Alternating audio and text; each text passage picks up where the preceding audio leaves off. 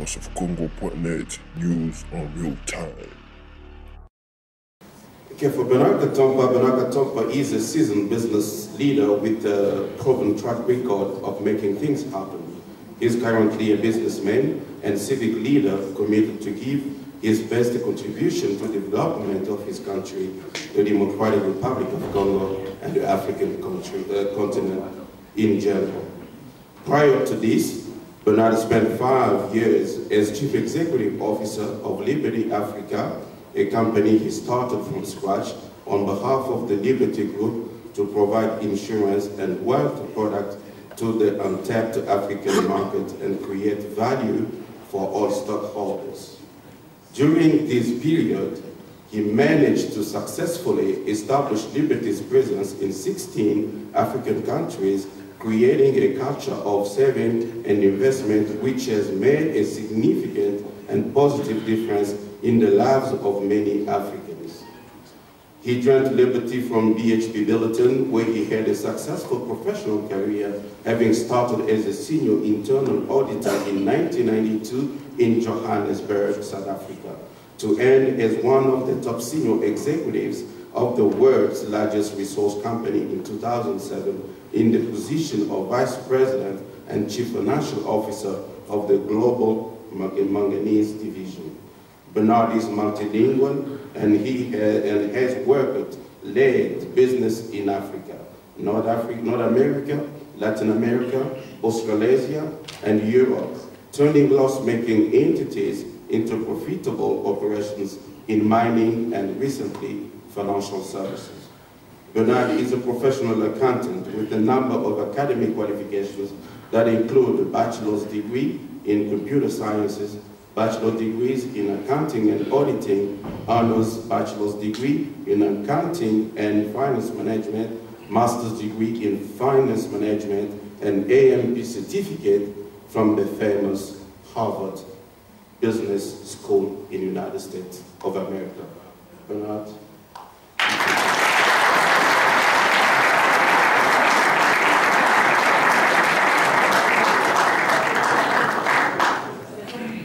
Thank you very much. Thank you very much. I'm not going to be as vibrant as my brother there.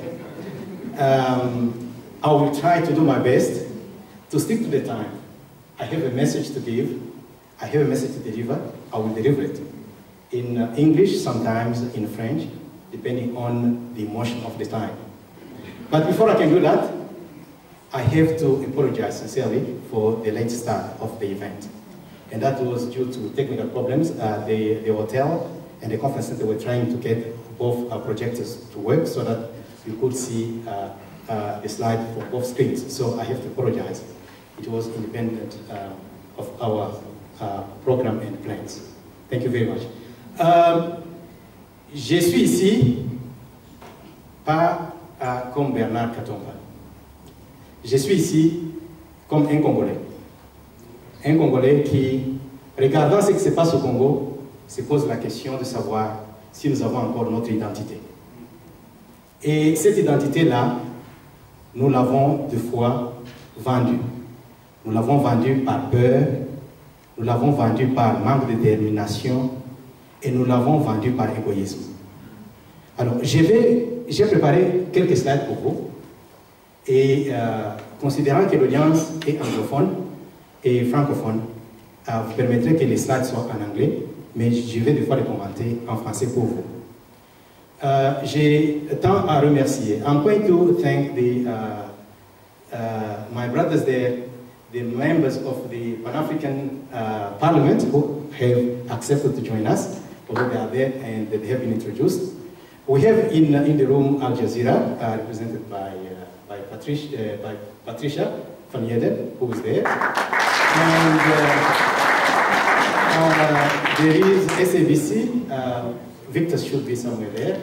So Victor is there. So we have some great today.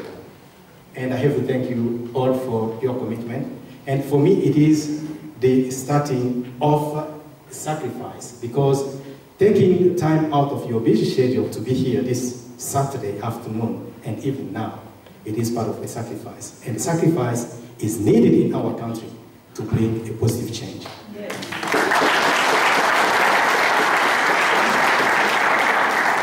Now, when we start, you can't start talking about the DRC without knowing where the DRC should go. The DRC should have a vision of being a prosperous nation in the heart of Africa, which brings peace, prosperity, well-being, good life to its people. It is a country where everyone living there should feel that he is protected by the law. And everybody living there should know that his rights and obligations are known and respected. And that's the vision a great leadership for the DRC should have for that country. Now, when you talk about that, there are some quick facts. And these quick facts will lead us to what I call a perplexing complex. A perplexing complex of contrast or paradox. Now, when you take the DRC, I want you to go down to the two last point there. It is the richest country in the world, but in terms of Human Development Index, it is the last. And the Human Development Index takes three elements in the life of an individual. It takes the financial side of the individual, life expectancy of the individual, and literacy of the individual. Now, all these taken together, we are last in the concept of nations. And if you go to the last, we talk about the corruption index. We are the most corrupt country in the world. And this is the country which is the richest country in the world. Now, if you go up, you will see that we have 29 people per square kilometer, whereas our neighbors, you take Rwanda, they have 250 people per square kilometer. And we have a number of kilometers and kilometers of arable land, which can feed the entire continent. But still, our population is the poorest, and the population dies of malnutrition. Now, the perplexing complex, let's talk about the strategical positioning of the DRC in the heart of Africa. And it is one of the single countries in the world to be bordered by 9 countries, which means that a positive DRC will have ramification, not only in Central Africa, but ramifications which will reach the entire continent. Because all the 9 neighboring countries have also neighbors. And if we can get the DRC correct, we will get Africa correct, and the entire world will benefit. Now, the perplexing paradox I was talking about is this one here. If you listen to the entire world, they're telling you today that Africa is a land of opportunity, and all the multinationals are trying to come to Africa. Because of what? It's because they see in Africa what they call the wealth of the continent. And that wealth is estimated currently at 1.6 trillion. Okay? And they say that in 2020, it will move to 2.6 trillion. But look at on the left-hand side of the slide. The DRC on its own sits on 24 trillion, whereas we consider 1.6 trillion as an opportunity of business. So if that country is correct, how many times the opportunity we're talking about can go into the DRC resources? So these are the questions we need to understand and ask ourselves. Now, you go to the right-hand side. A country of 24 trillion, ce qu'on appelle en français 24 000 milliards de ressources. OK? Ce pays a un GDP de 17 billion. And 17 billion, a small company in America has got a market capitalization of more than 20 billion. So we are talking here about a country which has 24 trillion, but has a GDP of 17.7 billion. You can talk about the growth, yes, but you need to understand the basis of that growth. Because if the growth is coming from a low base and does not reach the poorest of your people, that growth means nothing. Now, you go to the water facilities, you'll see all these things in the following slide. But go down to the point before the last one on the left-hand side.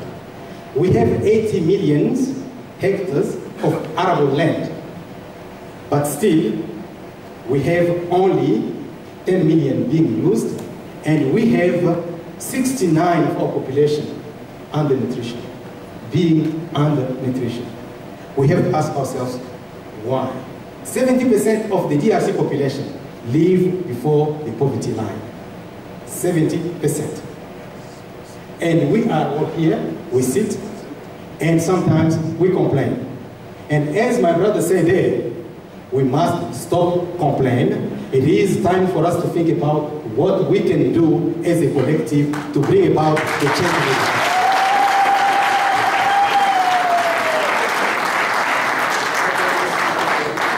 You look at the bottom of the slide. That is a Congolese woman, and she's breastfeeding a baby. What can that baby have from that lady? And you look at what is there next to that. You have a young boy living in a refugee camp. In a refugee camp in his own country, where he does not have water, he does not have what his future will be. These are the questions we need to ask ourselves. Now, when you look at the journey of the DRC, it is an embarrassing political journey. But I will just draw your attention on two things. Number two, from the top and last. So we have number one, skip number one. Go to number two, skip number three, go to number four. They have a few things in common. They were all soldiers. Okay. Now, when you look at there, 1960 to 1965, instability, because Joseph Kasavubu could not bring the Congolese people together. Overthrown by Mobutu in 1965, Mobutu was liked by the people, loved by the people, as a peacemaker, a person who could say, I want every Congolese to be together. And at that point in time, people who left Shaba to go to Kasai returned to Shaba. You had a situation where somebody could leave the equator and go to Kivu and stay there. He got corrupted by the power. He stayed in power for 32 years. He destroyed what he promised at the beginning. And when he was terminally ill, he was asked by Laurent Kabila with the help of a conflict which started in the East as a tribal conflict, not as a rebellion. And that rebellion was used for Kabila to get power and to take power. And after his assassination, what happened? It was like an empire, like a kingdom, where a father passed away and his son takes power. Okay. As if we did not have any other Congolese in the country to take power and to run the country properly. So this journey, which is a political journey, we are responsible. Because every time something happened, there were a test to see how Congolese people will react. There was no reaction and they went ahead. And every time there was something, there was a test and we could not react. And that's what led us to where we are, and we will continue to see this economic growth. If you live in poverty, if you are under a situation, under a system, not knowing exactly what are the rights and obligations. So in terms of the financial situation in the DRC, I will draw your attention to a few things. We are amongst the countries where two currencies run at the same time. We have the US dollar, we have the Congolese franc running at the same time.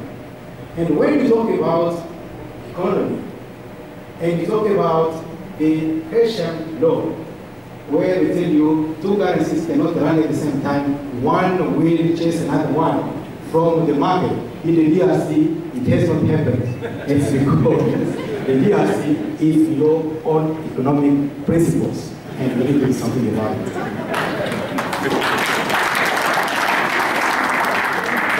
You talk about inflation. You ask yourself, is inflation in US dollars or inflation in the Congolese franc? You don't know. You talk about a number of things in that area, but it makes me laugh sometimes when I look at that. It is a country where you don't have a stock exchange, whereas stock exchange is the basis for the exchange of growth. That is a platform for participation in the equity of companies. We don't have it. We don't even know about it, and we can't define it. But still we have brains in this room which know about that and which can make a difference. You talk about insurance. We've got one single company, and that company is called Sonas.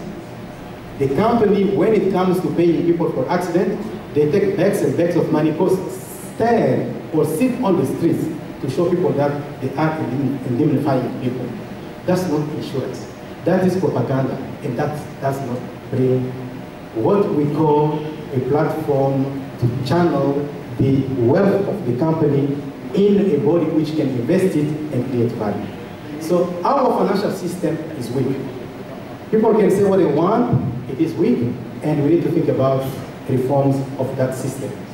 Let's move from finance, let's talk about transportation. What you see there is a truck taking goods from a point of production to the point of consumption. How can a truck like that, okay, move to get there? Okay, and these are the roads we're talking about. Today there might be a propaganda, people talking about roads in Kinshasa. Okay, you can still improve 30 Juin in Kinshasa. Does it allow goods to leave Bandundu to get to Kinshasa? Never. Never. So we need to get our priority right and get the roads which can serve the economic growth and help people to move out of malnutrition, because they will get things coming out of the areas of production into the areas of consumption.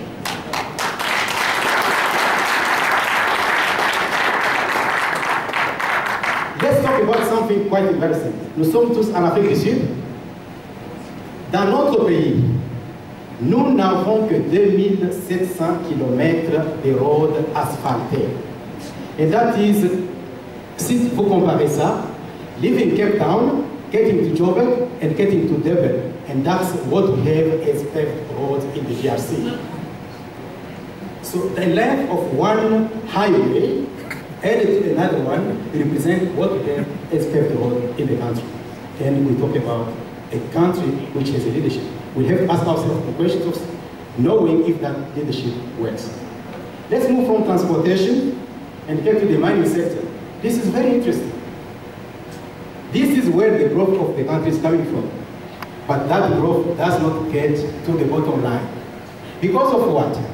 Because we have unregulated mining industry. And that unregulated mining industry, most of the time result in what we call small-scale mining, like what is happening in the Eastern Congo, and that Eastern Congo has resulted in Rwanda and Uganda becoming the biggest and most important exporters of minerals they don't have. Okay, and these are the situations here. Now, when you talk about mining, you look at the revenue, where they talk about growth. You look at all the charges they put together, and you look at the result coming at the bottom. The result is always a loss. And the loss does not allow the government to receive taxes, which can be revenues, to start building life or better life for its people. Most of the companies which come in mining, what do?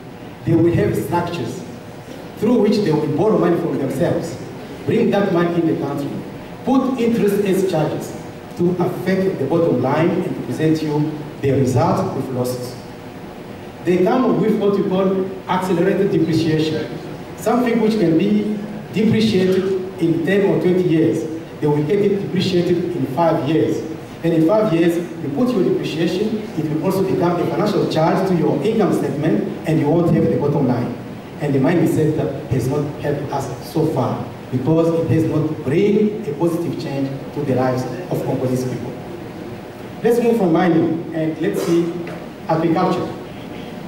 We don't focus on that. If we ignore mining and we say, us as Congolese, we've got 80 hectares of arable land, let's put a focus on agriculture. We're not going to talk about mining.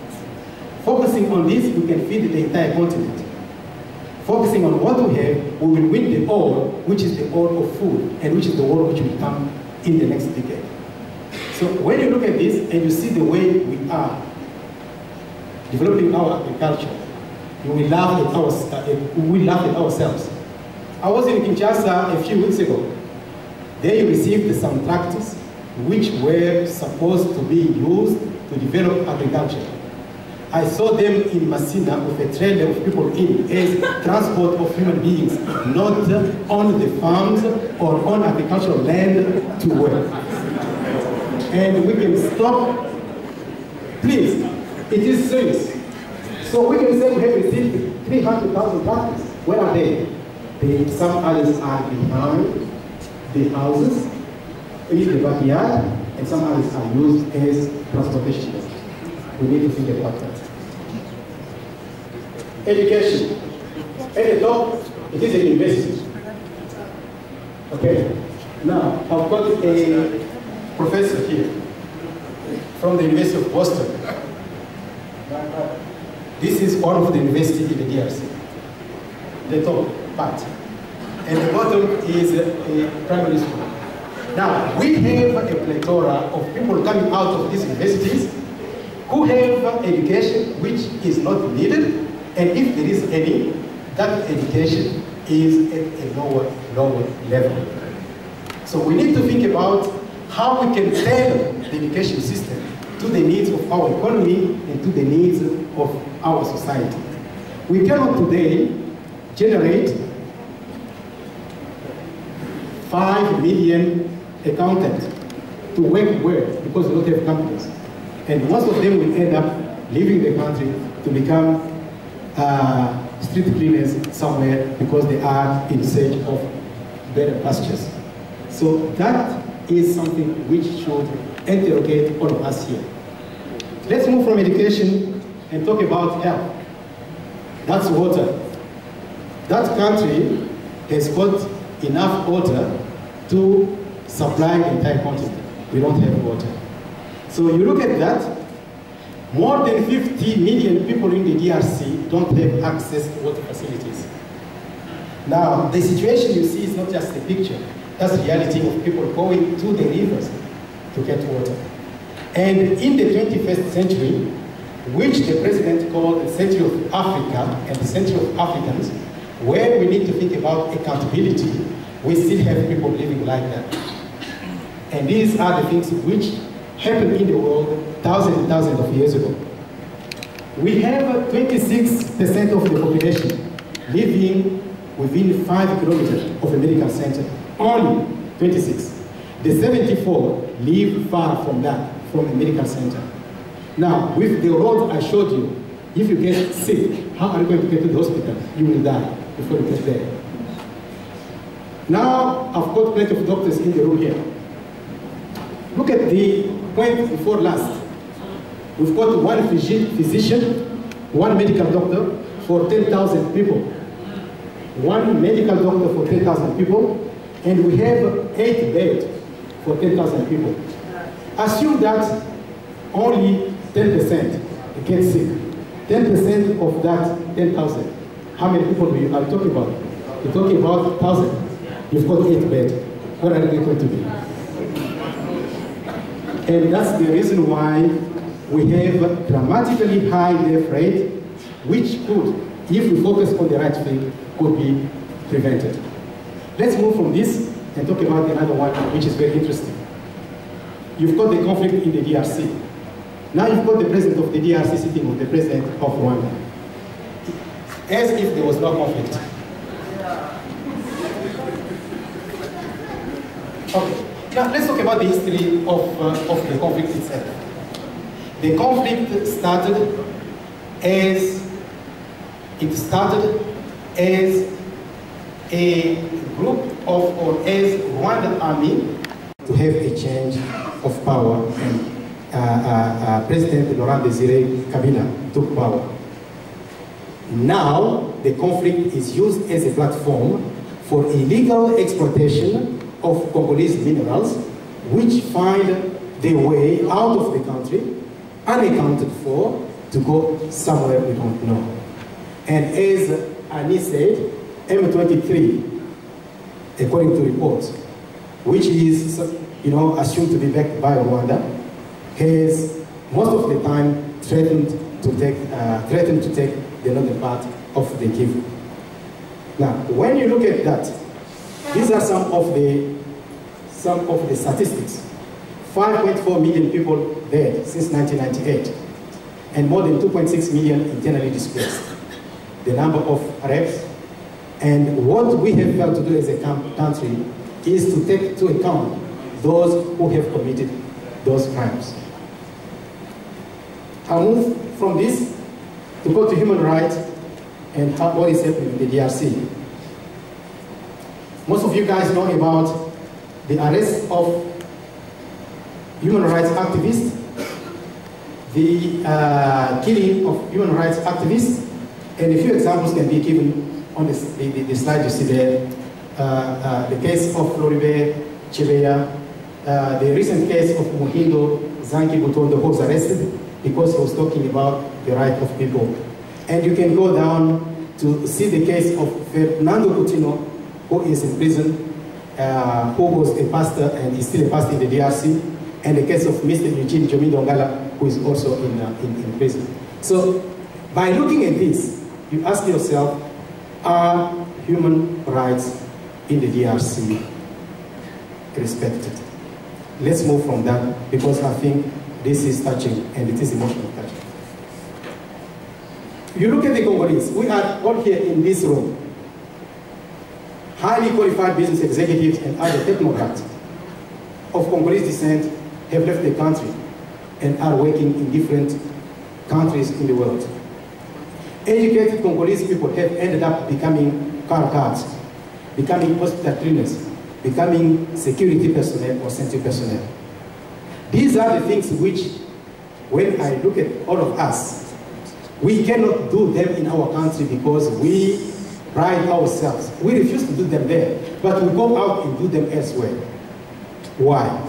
We should think about our own country, because there is no stupid job. If we can go and give our contribution, let's think about it and see how we can do it in the safest and the most secure way.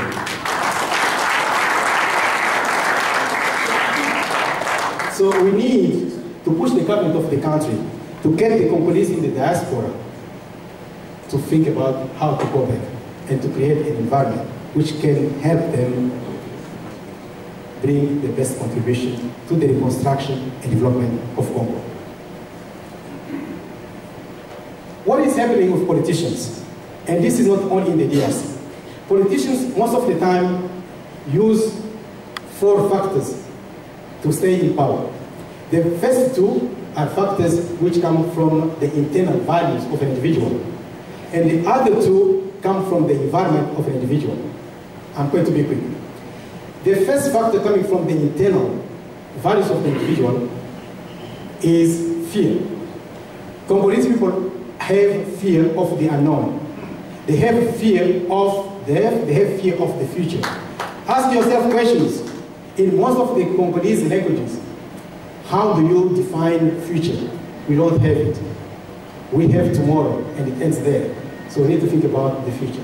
And before we can do that, let's overcome fear. And let's not focus on our own lifespan. Let's think about the legacy we can leave for future generations.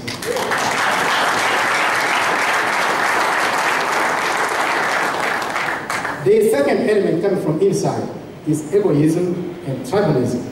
When we had the idea of putting this event together, there were questions being asked. But who is Bernard Katompa? Where is he from? What does he do? No, these are not the questions we should ask ourselves today as Congolese people. We have nous avons un dénominateur commun. Et le dénominateur commun, c'est que nous sommes Congolais. Et la valeur de ce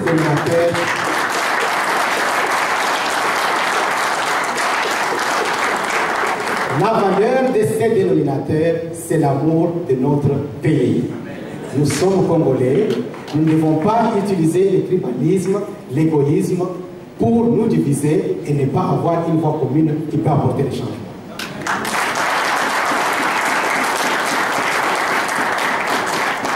Now, let's see what happens in the environment. They have made us, I'm talking about the current leaders, I'm talking about the succession of leaders. We are so ignorant that demagogy plays a huge role in our choices. Because if you are ignorant, you are not literate. Somebody comes to you, gives you a t-shirt. Because you don't have a t-shirt, you will go and vote for that person. Do you know what your tomorrow will look like when that t-shirt is now completely destroyed? So the demagogy is used because there is illiteracy and ignorance to blind our choices and our visions. Unemployment and poverty, what do they use to force their choices? Bribery and corruption. That's why you saw the index for corruption being where it is. So if we have that, you see that they use intimidation against fear, they use divide to rule against egoism and tribalism, they use demagogy against ignorance and illiteracy, they use bribery, corruption against unemployment and poverty, and what is the outcome? The outcome is unstable and weak institutions. And that is what we need to think about and how we can solve the problem. The democratic process, where it should work, is, everybody who spoke about me said it, the election is just the beginning.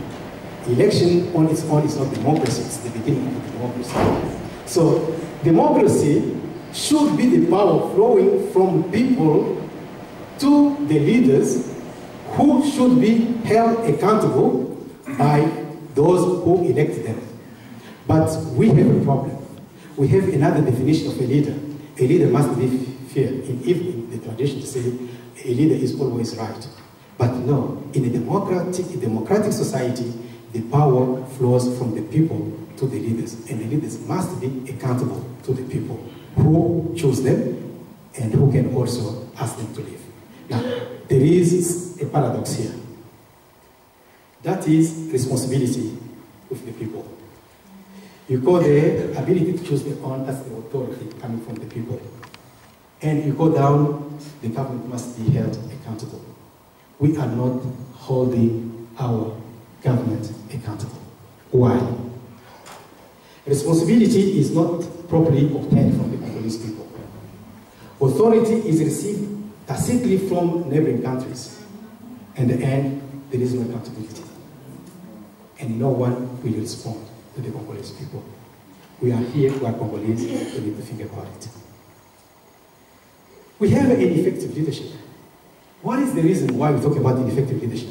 It's because people get into power not to serve. They get in power to fill up the pocket. Now, you have people who end up in power because they believe they have hunger to get a high profile, to get financial means. These are not the leaders we need. We need people who can make sacrifice. We have a lack of leadership skills, management ability, and international exposure. Somebody who has not seen a paved road, if he sees Trans-Juin, he calls it the highway, and he will be happy. I'm telling you the truth, and that is what is happening. And we have our leaders taken hostage by the friend and the relatives, because the friend and the relatives have seen the benefit, and they don't want the leaders to step down. We've got an example of somebody who stepped down here.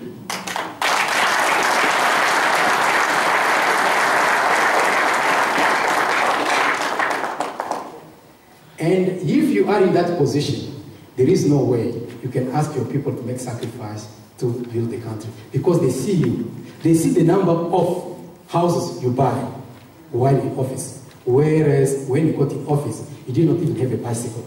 You can't ask somebody to make a sacrifice when he watches you, it does not see you as an example. So that's one of the main problems. In America, Charles can testify. They always say, before you ask what your country can do for you, ask yourself, what can you do for your country?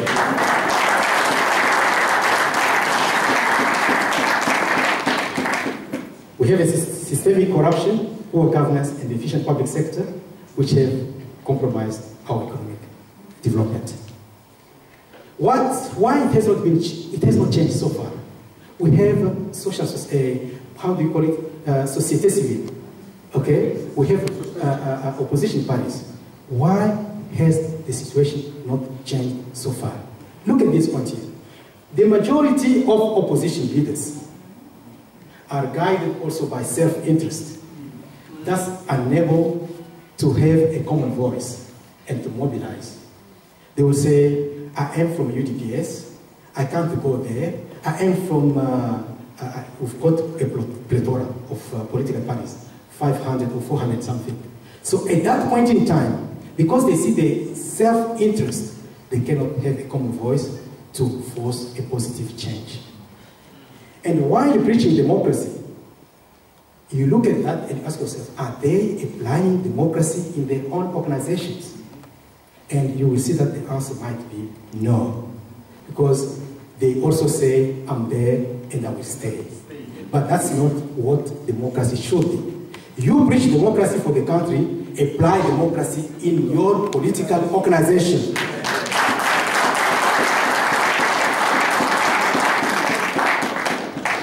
And we have another point which is very interesting, the definition of leaders in our tradition. We need to change that. And I will tell you in a few slides here to come how the culture can be changed. We have some hope. 2016 is coming.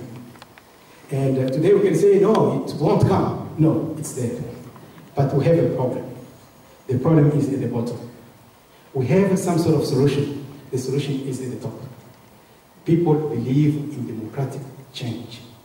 The international community believes in democratic change. But for that change to happen, it has to start with us. But the bottom part should put us to the point of interrogation. The current president and his allies are trying by all means to amend the constitution and to stay in power. And the Constitutional Court has been created to look after the referendum. And it was created just a few days ago. 9 judges will be appointed. 3 by the president, 3 by the parliament, which is the majority of the president himself, and 3 coming from the, what they call Supreme the Magistrature, which means that all the 9 judges on the Constitutional Court to make a ruling on the referendum, on the constitution, or on the election are from the current leadership in the country. That's the same preparation Prof. Lataman was talking about. Now, the changes have taken place in the army, in the police forces, and currently in the judiciary. What we need is to make sure that the constitution of the DRC is not changed, and in 2016, we will look at Mr. Kabila and tell him, you've done what you were supposed to do for 2016. Be it good, be it bad, your time has come. Step down and let another Congolese take charge and take leadership. This is now my reflection on how it can happen. We need, as Congolese, we need to establish a platform to enlist and mobilize all Congolese. Nous devons mobiliser les Congolais. Nous devons établir une plateforme où nous devons avoir une voix commune. Où nous devons nous voir, non pas comme quelqu'un du sud ou du nord ou de l'est ou de l'ouest, nous devons nous voir comme Congolais.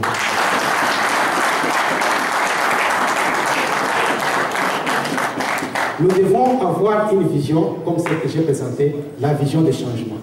Et cette vision des changements doit être distribuée partout, disseminated. People must know that this is the vision we have for our own country.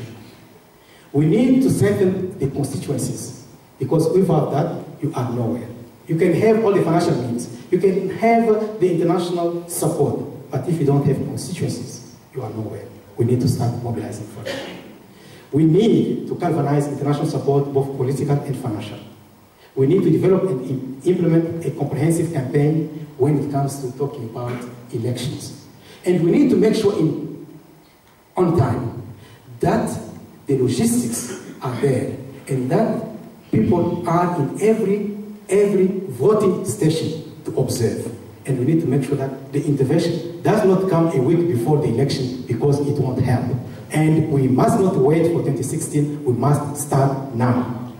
And that's the only way we can be prepared for 2016 when it comes. Now, when you get there, how can you make a difference? Because people can be talking and talking and talking, not knowing how the difference can be made. The difference can be made on this viewpoint. We need to make sure that Congolese talent living abroad or in the country are attracted to go back, to run bureaucracy, and to make sure that good governance is in place. We need to eliminate conflict between departments because we have created so many departments to give reward to those who are with us, not knowing that these are creating conflict which will destroy the economy at the end. So we need to streamline that. We need to think about communication and spread of that vision. We need to think about a decentralized administration where accountability, authority, and responsibility are at the lower level. You cannot have a minister sitting in Kinshasa trying to fix a road in Nandajika or in Idwi, where he has never been. But if you have somebody from Idwi or from Nandajika, he knows that road. And if he is given authority and responsibility and held accountable, he can do it. We need to do that, but let's not miss something. We need a very strong auditing function. Because if you don't have it, and you give the latitude to people to do that, you will be surprised. Because we are coming from a culture of corruption, people will always try. We need to enforce a culture of good governance and financial discipline. And we need, by all means, to have credibility, we need to fight corruption by all means. And if we have to make the private and public sector work and succeed, we need to think about this concept of social contract. I'm going to move quickly because the time is going. These are the characteristics of the leaders we need in the country. Visionary, educated and competent, financially established, selfless, honest and inspiring. And they must have what we call as the personal requirement: passion, commitment, determination, dedication and fun. That will give them the energy to make the change a reality.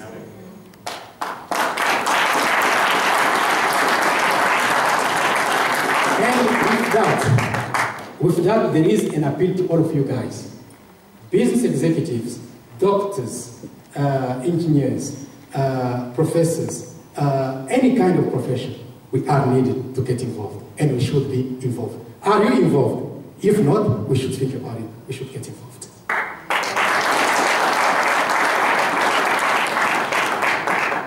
The top 10 priorities we have in our country. We need peace consolidation and improve the relationship with our neighbors. Because if we don't have that, we can't start the reconstruction and development. But that's not impossible, we can do it. We need a strong army to protect our borders and the integrity of our country.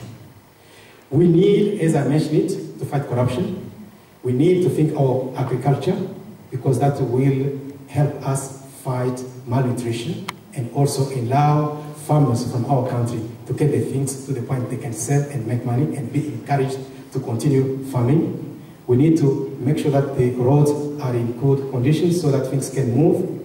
We need to make sure that before we can export our power, whereas we have more than 90% of people not having electricity, we need to think that electricity is essential. You can't have beneficiation of your minerals if you don't have electricity. You can't have a beneficiation of your agricultural product if you don't have electricity. That is one of the priorities we need to have in that country. And we need to think about providing water to our population so that we can start fighting health diseases and waterborne diseases.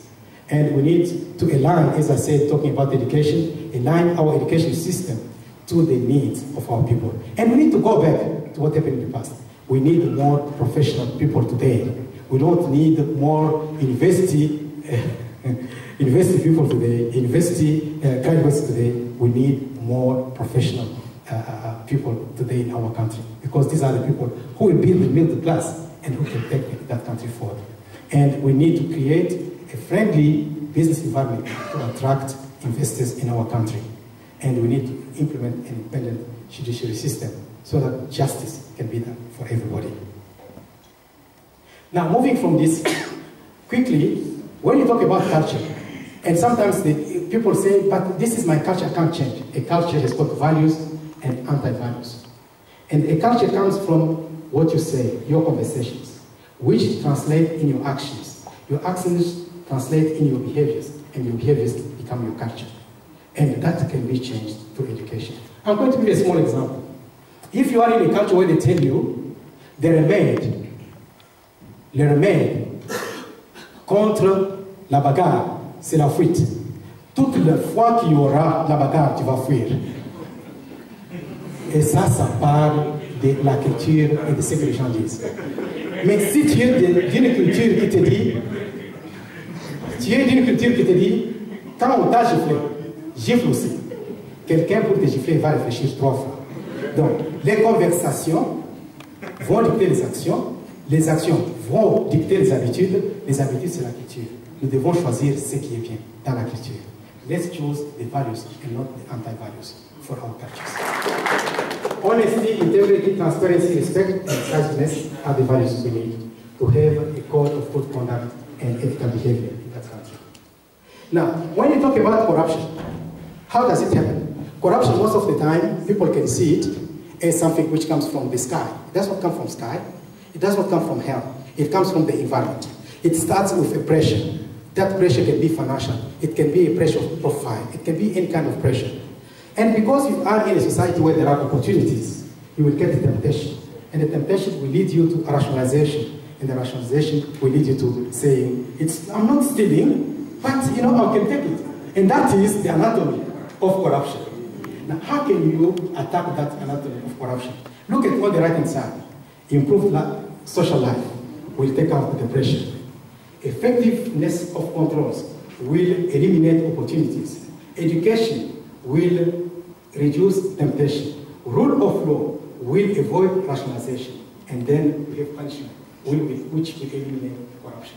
And that's the anatomy. And that's the things we can do to make a difference.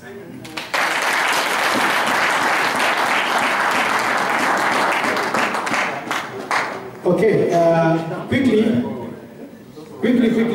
on social contract. The social contract should also be linked to your leaders. Because one of the elements of your social contract is your constitution. And the social contract gives you rights and obligations. You have the constitution, you must respect it. That's part of the social contract between you and your people. Your national budget is part of your social contract. Because when you take what you call taxes, if there is no social contract, taxes are illegal. The social contract makes taxation legal. Because what they do is, they take your money from your salary under the promise that they will do something for you. So that is a social contract. It gives them obligation by taking your right to your money. And you should hold them accountable. That's what should happen. Okay, where are we? We are still in the culture of me and them. We need to move to the culture of joint responsibility, where we act as one country, as one people. And in terms of business coming into our country, we need to ask them to localize the workforce. Have the majority of Congolese being employed in the companies, instead of bringing a bunch of expatriates in the country while these people are still there and can't find the same remuneration or the same part of work. We need to get to local equity participation. In South Africa, they have done it properly with, how do we call it, BEE, Black Economic Empowerment. We should think about it. You will see that in the financial environment, people having money in the country are mostly people coming from outside. We need to make sure that Congolese people can also participate in equity of the companies existing in the country. And we need to get them to be involved in what we call corporate social investment, where out of the profit they make, they can invest something in the well-being of Congolese people. And they should come with things which are needed by Congolese, not things which they are imposed, which they are going to impose to Congolese people. And that's the only way we can have win-win solutions and teamwork which can lead us to success. Now, this is the slide before my last slide. The benefit of a stable and prosperous DRC: improved, transparent, and honest relationship with neighbors, mutual respect and win-win solution in the region, elimination of negative forces operating from the DRC to destabilize neighboring countries and vice versa, controlled migration and job opportunities, increased regional and continental trade in agricultural products, hydropower and other resources, upgraded infrastructure for movement of people and goods, Tanganyika to Tanzania, Congo River to the Republic of Congo, Lobito Railway to Angola, roads to Zambia, Angola, Central Africa, South Sudan, and Uganda, Rwanda, and Burundi. So if we can do this, we have a peaceful country in the concept of these neighboring countries and have a positive impact on the rest of the continent. Now, in conclusion, the population of the DRC has been suffering for a long time. True democracy is imperative. Free and fair and transparent elections are the starting point. Effective and efficient elections, or effective and efficient electoral process, including related logistics, must be timely ensured. A stable and prosperous DRC will unlock significant value for all stakeholders. The DRC needs the best contribution from its people and the international community to make a step change and rise. Now, my request to you is, let's stop fear, egoism, tribalism, which can only weaken our position. Let's unite behind the love of our country and fight for its success. And I think that by working together, we can make it a reality and leave a legacy for future generations. And this is for me a real opportunity.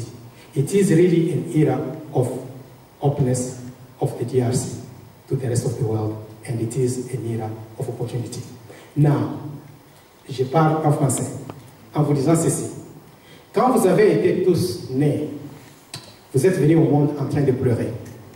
Les parents, les amis étaient en train de sourire et rire. Ils étaient contents d'avoir un nouveau-né dans la famille. Vous, vous étiez bébé et vous étiez en train de pleurer parce que vous entriez dans un monde inconnu. Quand nous allons tous mourir, il faudrait que le contraire arrive. Il faudrait que nous puissions partir avec un sourire, d'avoir fait quelque chose que ceux qui vont rester vont pleurer pour toujours. Et ceux qui restent doivent pleurer pour dire nous avons perdu des gens qui avons amené.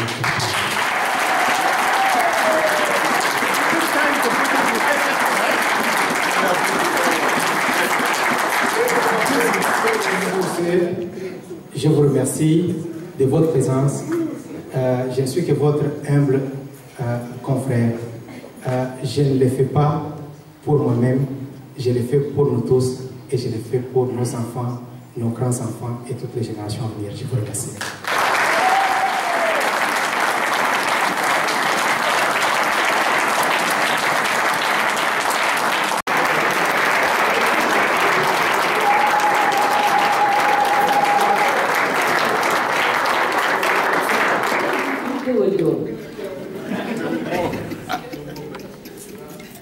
The issue of bread, really, it's linked, if you look at it closely, it's linked to bad tradition and the weight of patriarchy and customary laws, because many families would say, well, let's just deal with this in the family.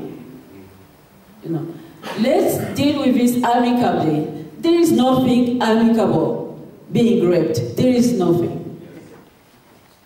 There is also lack of means for law enforcement and law implementation. There is no means for the civil society to advocate and monitor the implementation of the law. But women are doing something. Women are the hope for Congo. That's what I believe. Women of Congo are at the forefront. There are NGOs with no means, helping the needy, assisting the victims of rape, bringing legal first aid kits to communities. Women's groups take the risk of meeting with the inviters and make demands. What many people don't know is what the women of in the conflict zone do. I was there 2 years ago, and I met with a group of NGOs of women. These women, they have no arms, they have nothing, but yet they will cross the border and go and ask Kagame to meet with them. These women, when the M23 entered Congo, what they did, because Kinshasa was not reacting, one day, and I was there that day, one day, they went and closed the borders. They didn't say anything, they just said, well, today is a journée morte in Goma, nothing is open, but no Rwandese person will cross the border. They went at the border, stood there all day, no one did cross. In the evening, Kinshasa reacted. So women are fighting back by initiating serious campaigns and petitions. They do it all the time. Women groups create networks and keep the world informed about the war and its consequences. So what can be done? We need to bring about change. How do you do it? We need compliances. The law, the rule of law must come back. In Congo, we have a sexual violence law that needs to be applied. And it's also a problem of attitude. The attitude is, well, we don't care about it, we won't deal with it. No, we have to pursue the government and everybody in the community to deal with it. It's not the women's issues. And then there is tradition and beliefs. One way to deal with it is education of the masses on the issues that's going on the war, on rape. So, what I'm saying is it takes two to tango. We cannot count on the international community alone. For national integrity, it requires that we take responsibility. I'm going back to what Mr. President said, to what Professor Bata said. We need to take responsibility in some part of the disaster in our country in terms of protecting our territory, its borders, its citizens, its environment and its wealth. We need to invest in national army. There is no point in investing. Look down there, the cost of the MONUSCO per year. C'est 1,4 milliard par an. C'est ça que la communauté internationale investit dans le MONUSCO. Pourquoi pas l'investir dans l'armée nationale? Que l'armée soit payée, que l'armée soit formée, que nous soyons formés. Universal education, universal healthcare, and increasing the number of women in position of power will contribute to an increase of equality need to be in place. And this was never done by the international community or by the DRC itself. Like, it's crazy that something can happen over and over and over, and you don't put in place a plan to prevent it and to deal with it appropriately. And as long as there is no prosecution of rapists in Congo, rape against women, girls and children will continue. That's where I change the saying. Sometimes it takes more than two to tango. It's not only the country, the DRC and the international community who have the responsibility to deal with this. It's all of us. We all have a role to play here. Our country needs us, all of us. We all need to take a piece of responsibility of what happens in our country. I'm sure you're saying, okay, so why are you giving us lessons? I'm not giving lessons, I'm just here to share. And if you ask me, what is my part? My contribution is to do what I'm doing today. That's what I do. I've been doing this for the past 20 years, is to raise awareness to make myself available when needed. So, I'm asking you, what is your contribution? If you are not aware of all these facts, now that you know, what would be your contribution? I just want you to think about it and then to act upon it. Thank you.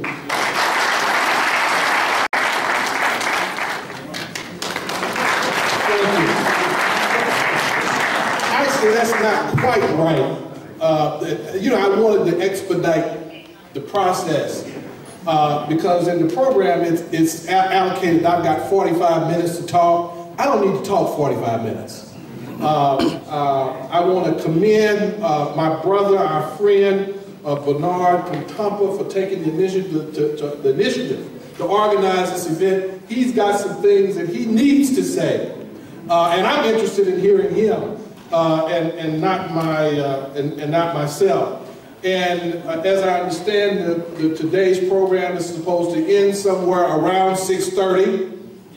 And I figured that if I cut my time significantly, we might be able to make 6:30.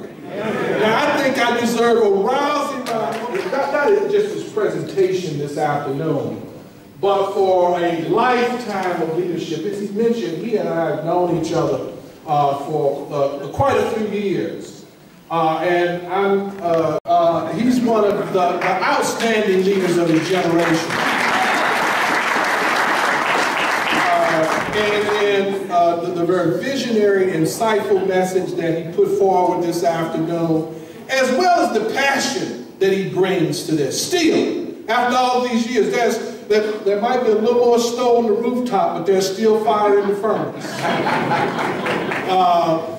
So take to heart what he had to say about what it means to secure a more vibrant future for the continent. I'd also like to commend my brother, Professor Mangu, for his very thought-provoking and insightful analysis on the DRC and governance issues in general. I thought it was absolutely brilliant, my friend.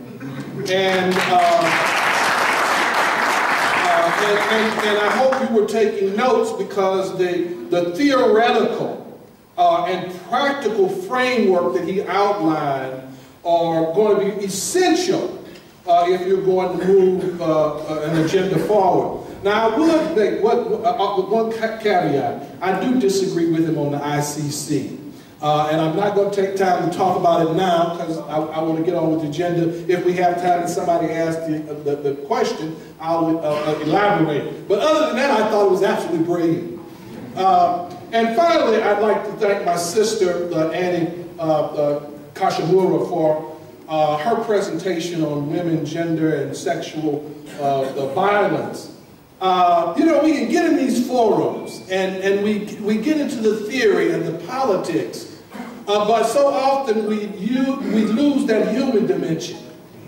And as you were speaking, President Malusi leaned over to me and he whispered, "This is so painful. It is horrible. It is gut-wrenching, and it's important that we don't." In these discussions, that we don't forget the faces and forget the lives and the pain at a human level. So give them all another round of applause. Now my staff went through great care to prepare the slides, so I've got to at least show a couple of slides. Now, the formal title of my presentation is The State of Democracy in Africa, Triumphs, Trouble Spots, and Trends. And really the real value of what I want to say, and I really want to make a couple of points, and that's it, really. One is to provide a context in which to measure where the Congo is relative to current conditions and trends in terms of democratization on the continent. Democracy is taking root in Africa. It really is.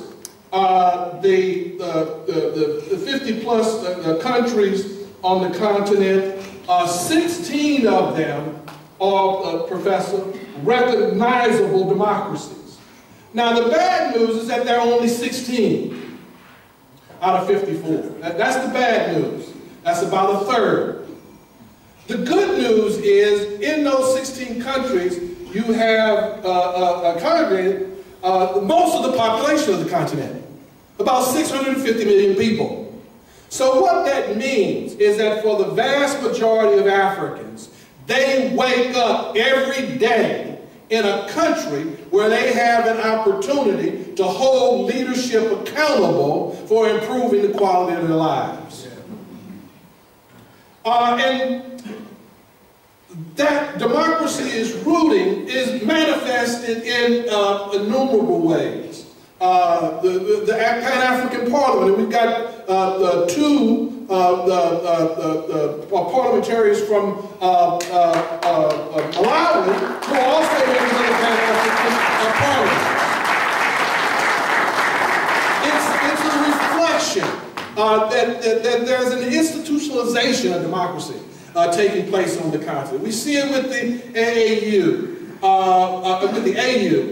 we see it in the electoral work that they're doing, in the peace-keeping work that they're doing. Now, this slide here, these two the slides here, this is kind of where I live. I'm on the faculty of Boston University. As President Malusi said, I head the African Presidential Center at Boston University. And we engage current and former heads of state. We've been in business 11 years. And when we started out, there were 11 democratically retired African heads of state. Today, there are 34. Today, there are 34. Now that's important.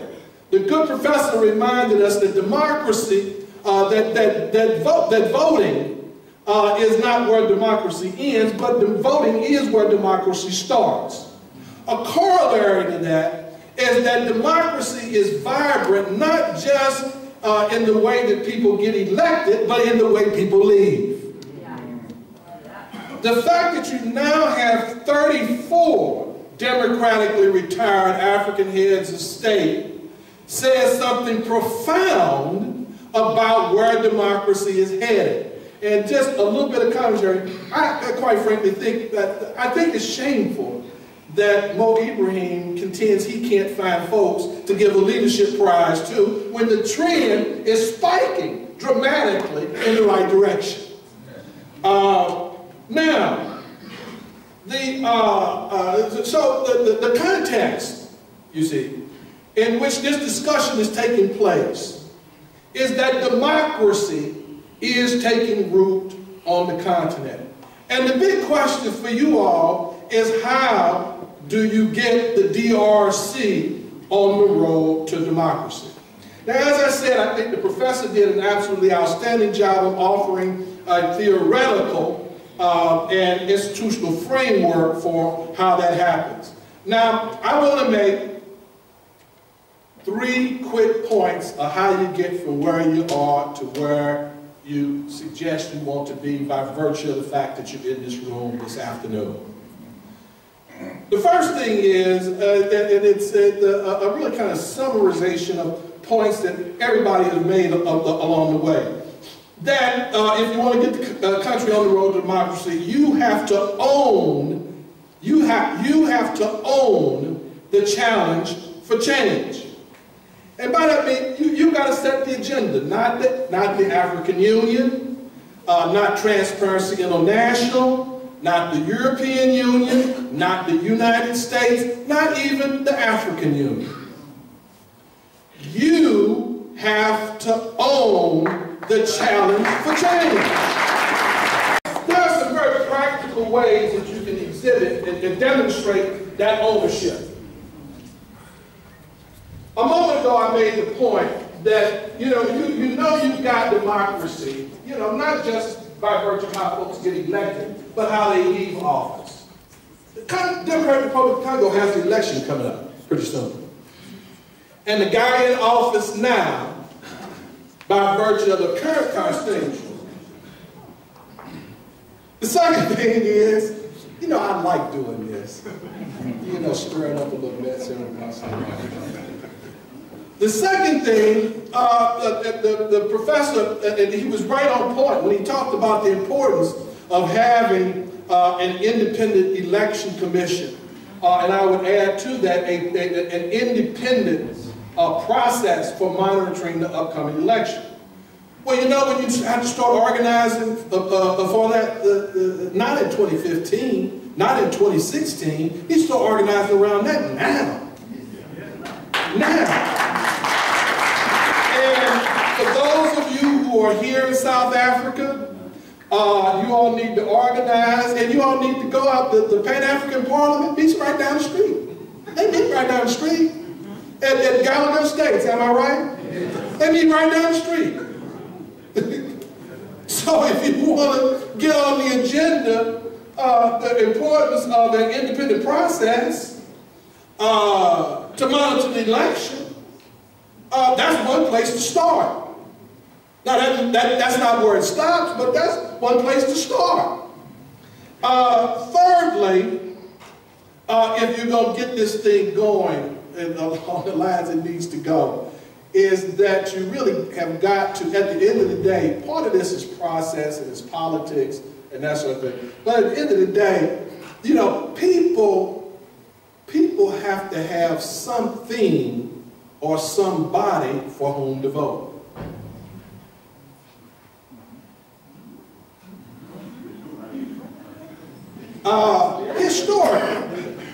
Historically, African Americans in the United States, historically about 50% of the folks who are eligible to vote in the African American community come out to vote on a good day. On a good day.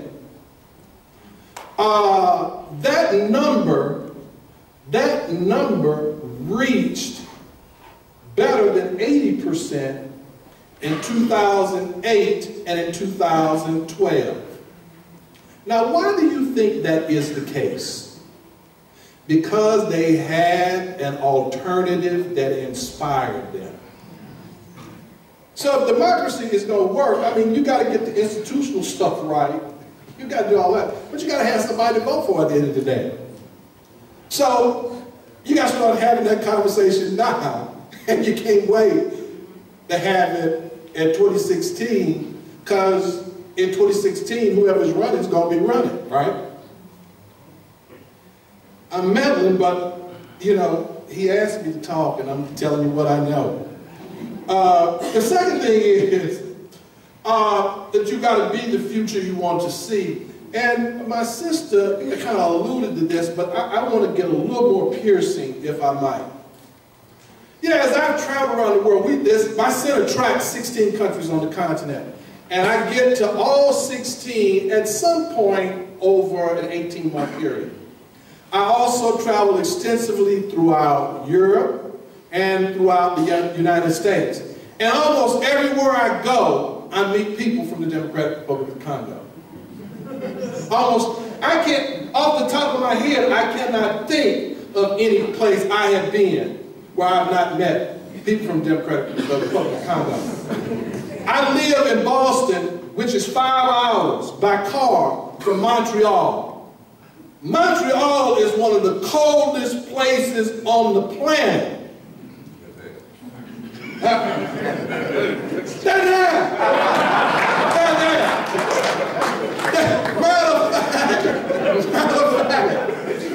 Matter of fact, there are more Congolese in Montreal than any other city, I think, in North America. They're everywhere. And the characteristics is very interesting. They're very educated. They got a little money, you know. And at some point, if you all are going to get the Congo right, you all have got to figure out what is it going to take for you to go back.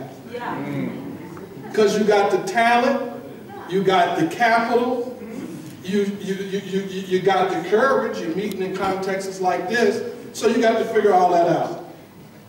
Now, the third thing that I want to say, and I'm going to sit down.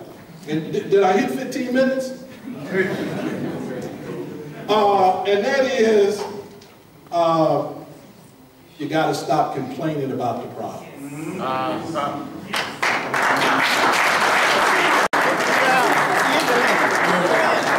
You got to stop start complaining about the problem.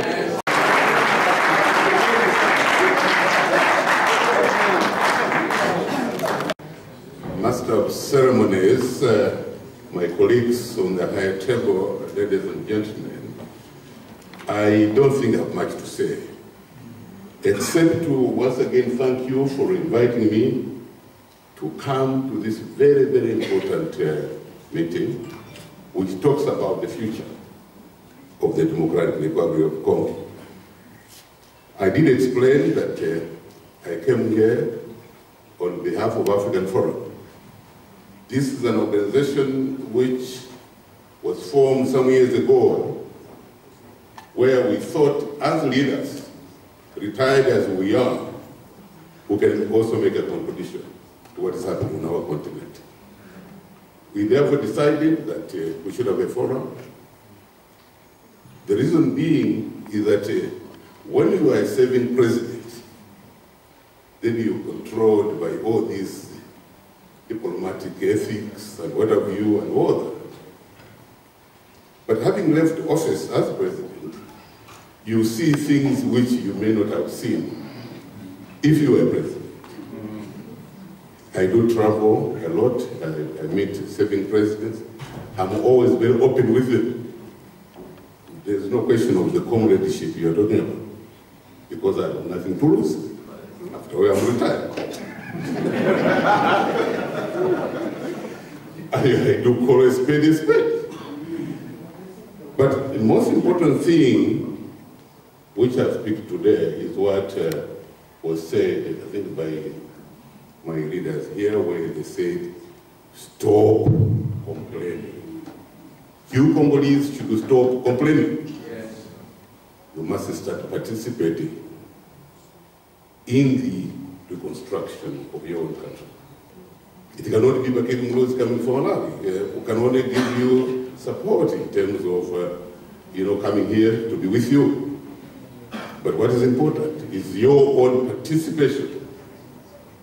We did this in Malawi. We had a situation where 31 years, with a one-party state, 31 years down the road, we said enough was enough, a change came, and naturally change had to come.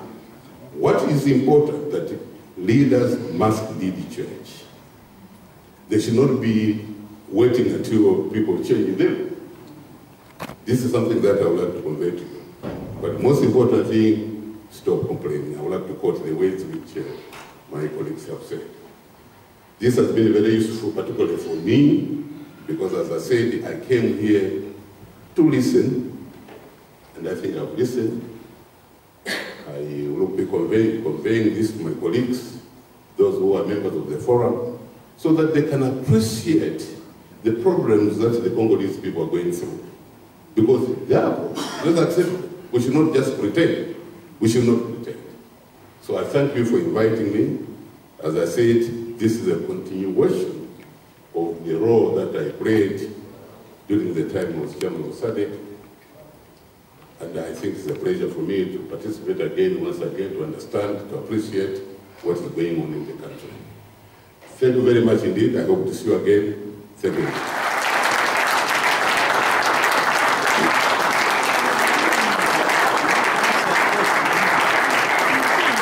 I escort him out. Let's give him another rousing round of applause. And I think there's going to be a few more minutes for questions, or are we adjourning? Because I'll make the motion to adjourn too. We are way beyond half past 6. And with the help of the organizer, I don't know if we should take questions or just go to spot for the cocktail. Well, what's the sense from the floor? Are there those of you who have urgent questions that you want to ask? Well, let me suggest this, because it seems to be there are a number of folks who are raising their hands. Let me make a suggestion, if I might. Let me make a suggestion, if I might. That though, and there are quite a few, I saw about 20 or 30 hands that went up. Those of you who are interested in engaging the conversation further, after we walk President Mlozi out, why don't you move to the forefront And then those of you who do have commitments, because we were supposed to adjourn at 6:30. For those of you who have commitments to which you must proceed, you can leave with immunity. Does that reflect the sentiment of the House? Yes. Okay, thank you very much.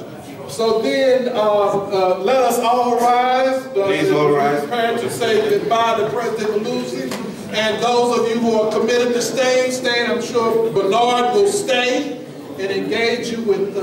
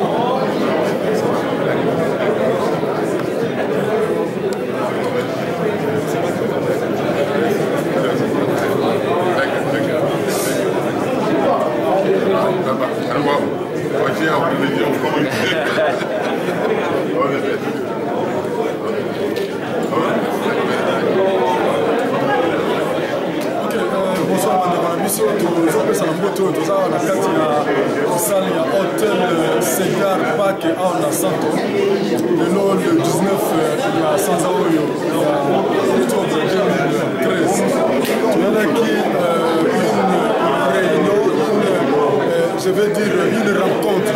Alors cette rencontre était exposée de monsieur l'ex-président Malawit, monsieur l'ambassadeur, l'ex-ambassadeur américain en Afrique du Sud, et suivi de nos frères congolais.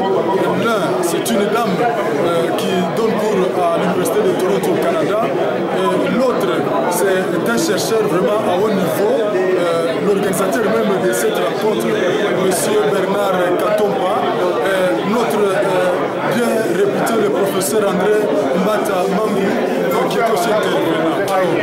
Ils avaient comme préoccupation le partage entre eux qui exposaient et nous participants à build out, à construire une nouvelle idée sur la construction, sur l'édification du Congo na biso. Alors c'est une séance qui a fait quand même 2 heures, parce que depuis 14 heures jusqu'à maintenant c'est 20 heures moins. Vous comprendrez que vraiment il y avait beaucoup de choses à se dire. Évidemment, mais ici là qui n'a voté, il fallait qu'on intervienne largement dans ma question. Tout à l'heure, ma question, moi personnellement, je devais attaquer le monsieur ambassadeur américain là-bas, puisque les Américains, c'est le mensonge. Depuis la série de tous les leaders, les Américains n'ont jamais fait quelque chose pour le Congo et ils n'en feront pas. Cela n'a pas été même notre espoir. Depuis Bill Clinton, ils ont crié du haut de la chair, nous ferons quelque chose pour les Zaïre. Tous les mandats de ce monsieur, il n'a rien fait. Arrivé à ceux qui l'ont suivi, les Bush, aujourd'hui il y a un Tutsi là-bas, un Obama. Il n'y a rien du tout, mais ils ont toujours utilisé le Congo comme étant leur cheval de bataille. Je devais l'attaquer pour lui dire, comme tu parles là, c'est comme une musique qui chante. Des fois, cette musique n'a pas de son, alors c'est juste jeté comme cela. Mais on ne nous a pas donné cette opportunité de poser ma question à là. Concernant l'ex-président, il y a Malawi. Dans mon temps, bon, à mon niveau, ça c'est lui, hein, un discours direct. À mon niveau, à l'Obiboye. I don't see any problem if I can be out of the state house. C'est-à-dire, ce qui a ça, Libanda, il y a Kiti, il y a Mokozi, il y a président. En tout cas, pour les soucis exacts. Mais maintenant, moi, je devais le dire ceci. Tala. On a toujours profité de sa position de force pour ça les locaux. Tala na premier mandat na yo, na deuxième mandat na yo, ça attend le locaux pour salir parce que là qui était pour le Congo na biso. Et il lui est même arrivé de faire un passage au Congo du temps des Zaïre. Tout ce qu'il nous a dit ici, il a contemplé la belle musique de Mbeliabel, il a contemplé la belle musique de Bob Kandabongo, il se rappelle même de ça. Bon, mais attaquer son collègue président, parler même à partir de son pays, qu'au Zaïre là-bas, ça ne va pas, puisque nous on se plaît, c'est depuis du temps du Zaïre là-bas. Voilà, les Zaïrois, les Congolais, on se plaignait toujours. C'est ça n'ont rien fait. Aujourd'hui, maintenant qu'il est en train d'aspirer calmement sa tasse du café, après ils vont terminer tous ces mandats, donc ils peuvent distraire les gens comme ça. Mais, sinon tu viens tout bomber, ma question, Ingeta. C'est qui m'a je fais de cette conférence. Moi, je n'ai rien pris de nouveau. Moi, j'avais saisi l'opportunité parce qu'il y avait quand même un ancien président qui était là, l'ambassadeur aux États-Unis. Je voulais parler de nos compatriotes en prison parce que ce sont des amis de notre accusateur qui est le président de ces pays. Je me disais que c'était une opportunité pour moi aujourd'hui. J'allais demander que bataille la pour la clémence présidentielle parce que pour ces procès politiques, donc moi je suis venu vraiment bon pour cela. Quant aux élections de 2016, je ne crois pas. Parce que tu peux dire que quand même ça c'est une constitution d'une manière intelligente. C'est quand même on dit que les élections locales, c'est-à-dire l'élection locale, c'est la présidentielle en 2020. Mais on va terminer avec ça.